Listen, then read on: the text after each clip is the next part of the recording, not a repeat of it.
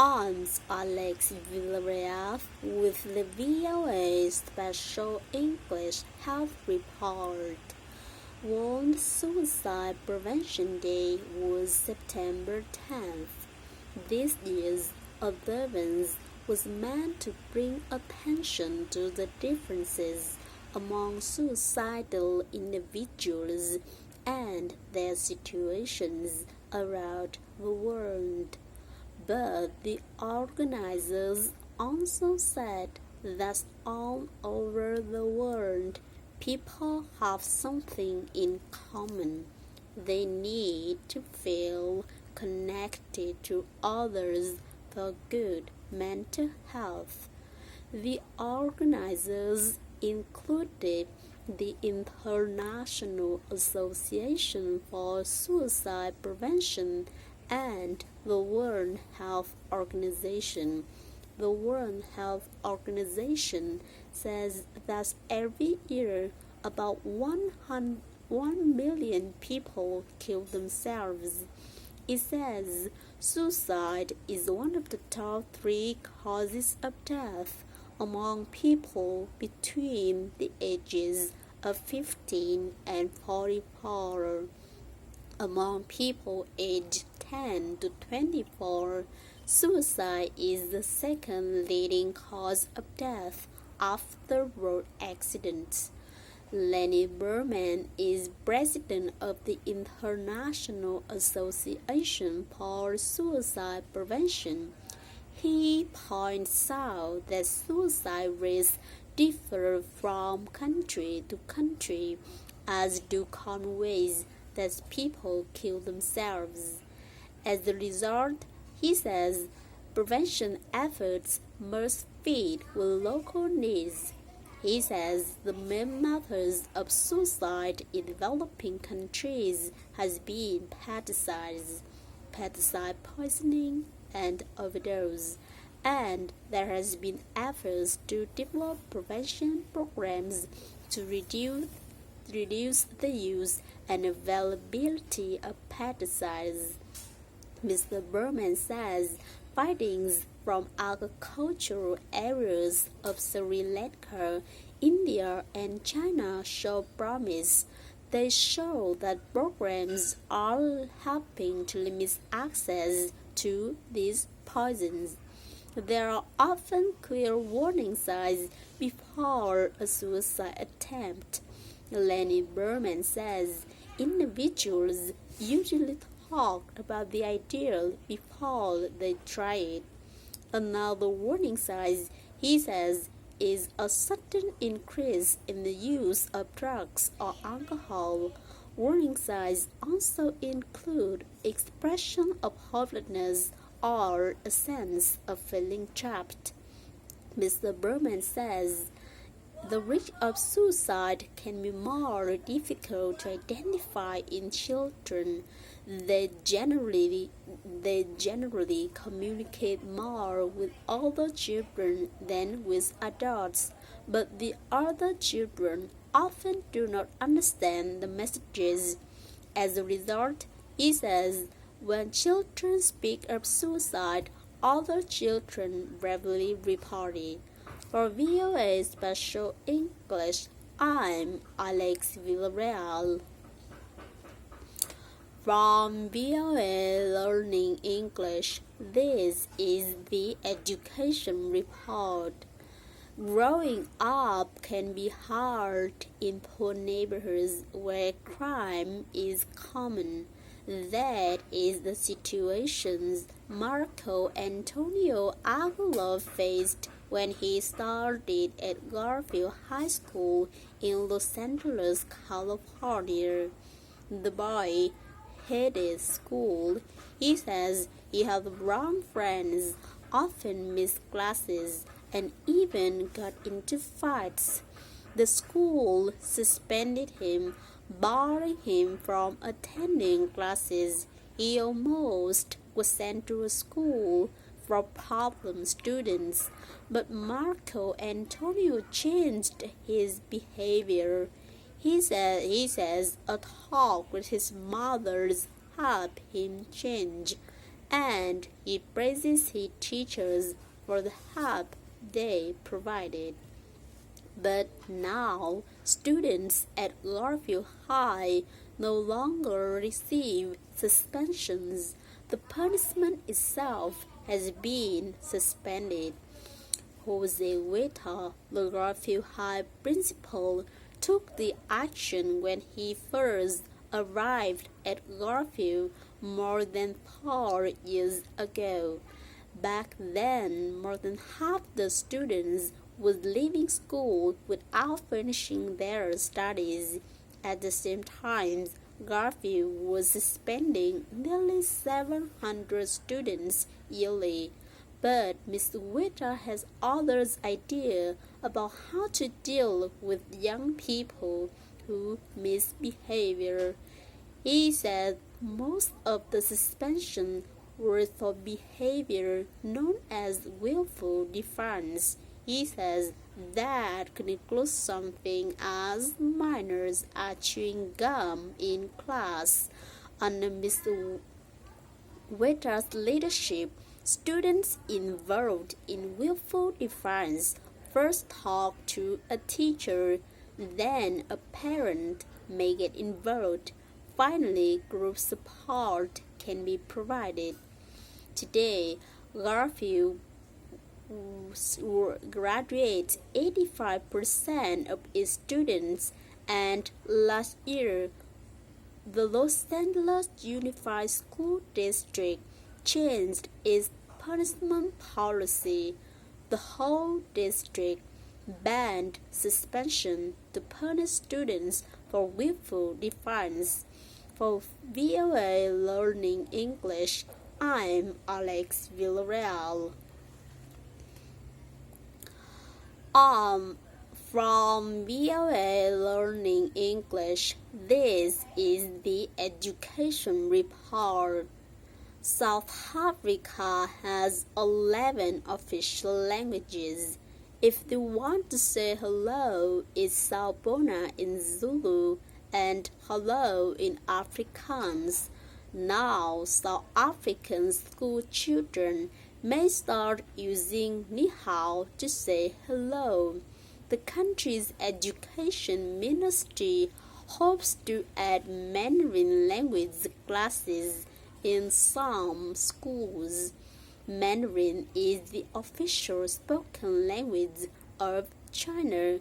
This country is a major trading power for South Africa. The two countries recently signed an agreement that identifies 5 areas of cooperation. They include curriculum development, mathematics and science, teacher training, and research and development in basic education. South African officials have not said how much the Mandarin language classes will cost. Troy Martens works for the Ministry of Basic Education. She says the new partnership is extremely valuable to both sides. The part of the plan that had gained the most attention is a proposal to offer Mandarin classes in schools. Last year, a public opinion survey showed that South Africans have a mixed feeling about China. It found that 46% of South Africans said they dislike the spread of Chinese ideas and customs in their country, and 60% of South Africans says they dislike Chinese music, movies, and television. But Ms. Martin says trade with China is more important than those feelings. She says it is extremely helpful for South African students to learn about the Mandarin language and Chinese culture. And she says not every school will offer the language training. South Africa census officials have not said how many native Chinese speakers there are in the country. For VOA Learning English, I'm Alex Villarreal. From VOA Learning English, this is the Education Report. Recently, there has been increased efforts to make sure children in Africa get a good, strong education. But a new report says governments are losing about $129 billion every year on poor quality education. As the result,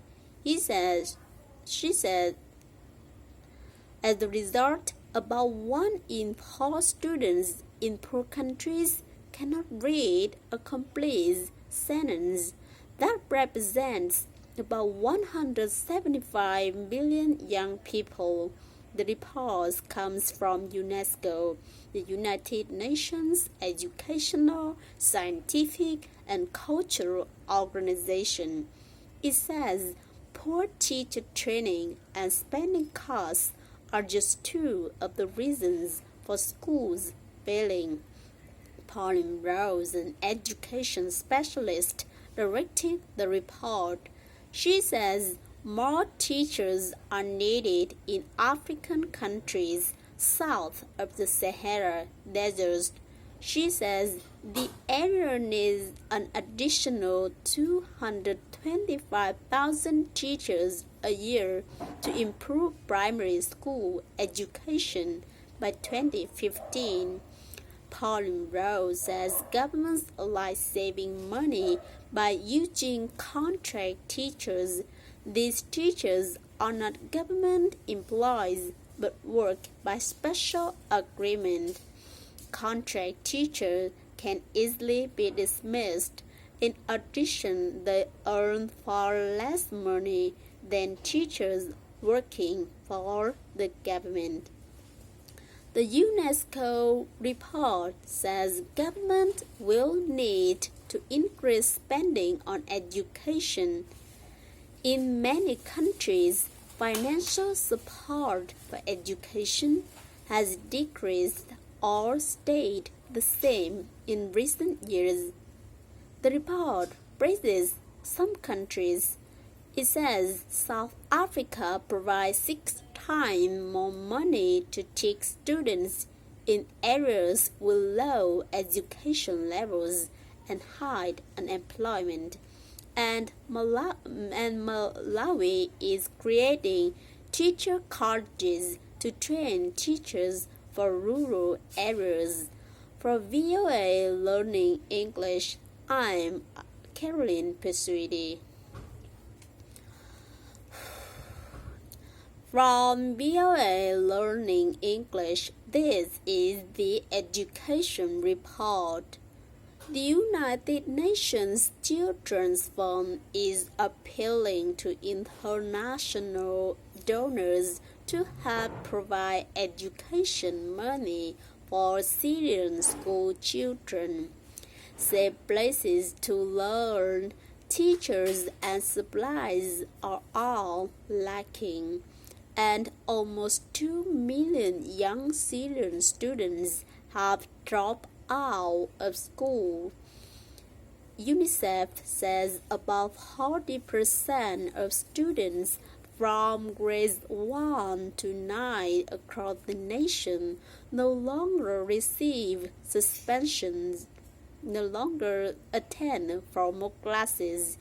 UNICEF spokeswoman Marissime Mercado says about half of the children are now refugees in Lebanon, Jordan, Iraq, and Turkey. In the northern city of Aleppo, for example, only 6% of children of school age are in classrooms, but the school year there and in other locations began as planned on September 15th. Talk of a military strike by the United States had caused uncertainty about starting classes, but schools opened after a strike appeared less likely. Still, many children who once walked to school are now taken there by their parents, and other families have simply left the country. Lebanon now is trying to help about 550,000 Syrian refugee children. UNICEF says the Lebanese public education system can take care of 300,000 Lebanese children. UNICEF is establishing schools for refugee children in buses. In Jordan, UNICEF says about two-thirds of 150,000 Syrian refugee children are not in school. Inside Syria, in Iraq, UNICEF says 9 out of 10 Syrian refugee children are out of school. Inside Syria, Ms. Mercado says the educational system has been torn apart. Both UNICEF and the Syrian government says 3,000 schools have been damaged or destroyed. For VOA Learning English, I'm Alex Villarreal.